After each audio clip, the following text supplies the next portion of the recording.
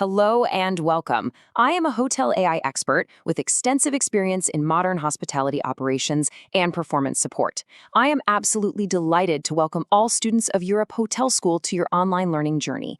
We truly look forward to supporting your professional growth in this incredible industry.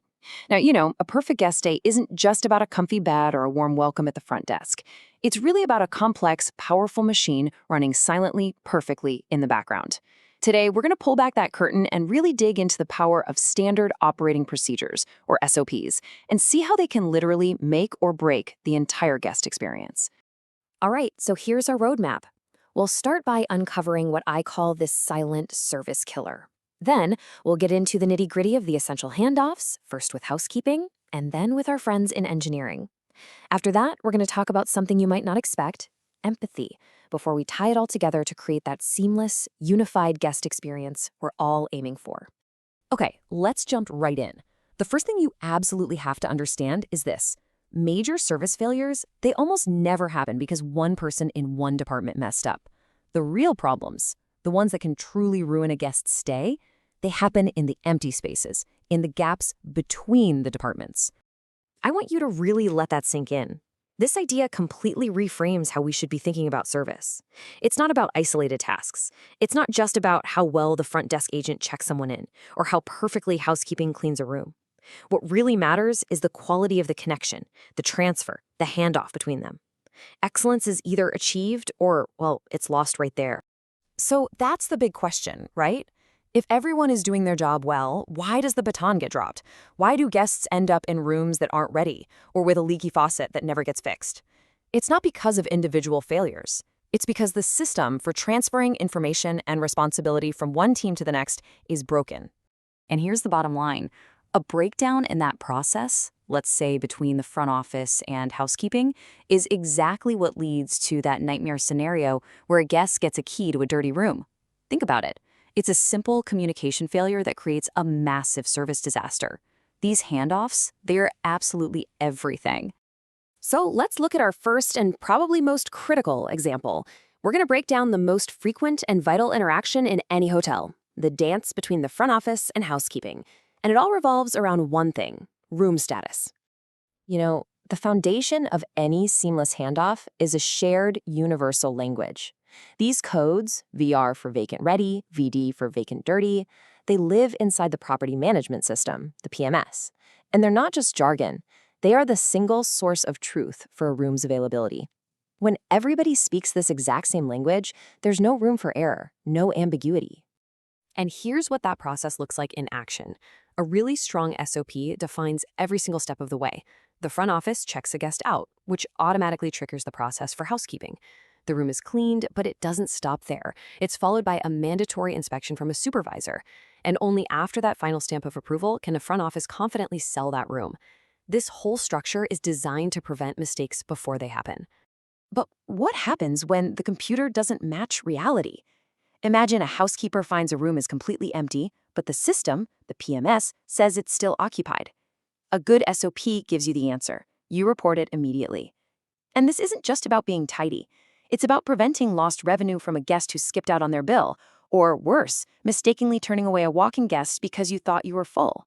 SOPs also do something else that's incredibly important. They make service measurable.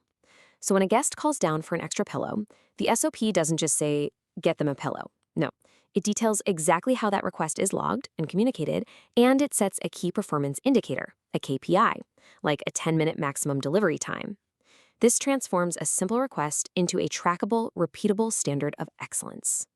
Okay, let's pivot to another critical connection. I like to call this one the lifeline, the connection between the front office and the engineering department. How maintenance issues get reported, prioritized, and solved is absolutely vital for guest comfort and, of course, their safety. Here's the thing. Not all problems are created equal, and a brilliant SOP gets that. It doesn't just create a long to-do list for engineering. It prioritizes it. A fire alarm fault? That's an emergency. That's an immediate response. A broken air conditioner? That's urgent, needs a fix within half an hour. A loose tap? That's routine. This system makes sure the most critical issues always get handled first. And here we go again with that shared language. When a repair is serious, when it's going to take some real time, Engineering has to go into the PMS and update that room's status to out of order, or OOO. This is so important. It pulls the room from inventory, making it physically impossible for the front office to accidentally sell a broken room and create a guest experience disaster. So we've got the processes down, we've got the codes, the timelines. It all looks great on paper. But I'm telling you, the best SOPs in the entire world will fail without one secret ingredient. And this is where we move beyond the technical stuff and into the very culture of the hotel. I want you to really think about this for a second. An SOP isn't just a boring technical document collecting dust on a shelf. It's a cultural agreement. It's a promise that departments make to each other to work together.